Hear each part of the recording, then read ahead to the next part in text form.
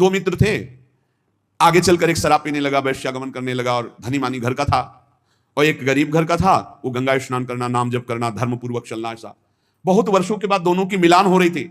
देखा कि वो दोस्त है, तो जब ऐसे देखा तो जो गंगा नहा के आ रहा था उसका पैर पड़ा खजूर के कांटे में, पूरा खजूर का कांटा, और वो राम राम कह के बैठ गया। वो नजदीक आया तो उसकी ठोकर लगी, तो देखा मिट्टी हटी, तो एक थैली मिली, उसमें देखा रत्न। तो देखा, देख रे, खूब गंगा नहाता है, सब करता है, देख खजूर का कांटा लगा, देख मौज मस्ती से रहता हूं, ये रत्नों की थैली मिली। चला गया वो, और उसके मन में अविश्वास हो गया, देखो तो हम इतना जीवन में करते हैं, मेरे खजूर का कांटा लगा, मैं जानता हूं ये अपने दोस्त को, ये बेविचार करता है, गंदे आचरण करता है, इसको रत्नों की थैली मिली, यहाँ खाने की भी व्यवस्था नहीं, कराने लगा बड़ा खजूर का कांटा। जब किसी को जरा सा धर्मात्मा पुरुष को संशय, तो फिर भगवान स्वयं उसका निवारण करते हैं। तो भगवान एक संत के रूप में आए और कहा, अरे बेटा, तुम्हारे कांटा लग गया क्या?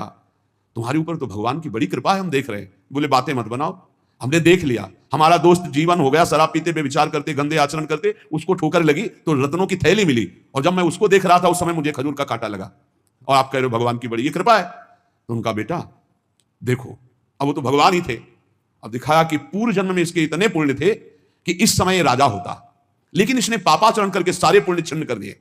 अब ये जो आखिरी पुण्य इसकी थैली है, ये जब रत्नों का भोग कर लेगा, बेच करके इनको खर्चा कर लेगा, तो सारे पुण्य इसके नष्ट हो जाएंगे। तो अब इस जन्म का पाप और पूर्व जन्म का पाप भारी दुर्गति को प्राप्त होगा। और बोले, पीछे तुम्हारे ऐसे पाप थे कि इस जन्म में तुम्हें सूली की सजा मिलती, तो गंगा स्नान और नाम जप से सूली की सजा कांटे के उसमें निकल गई, खजूर के कांटे में। अब तुम्हारा पाप ये नष्ट हो चुका है, अब तुम्हारे सुकृत इस जन्म के और पूर्व के जुड़ेंगे, तुम आनंद।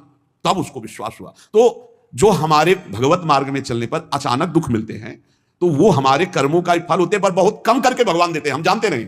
सही मार्ग में चलने पर जो आपको ठोकर लगी, जो आपको कष्ट मिला, वो कोई बहुत बड़ा बुरा प्रारब्ध छोटे में निकल गया।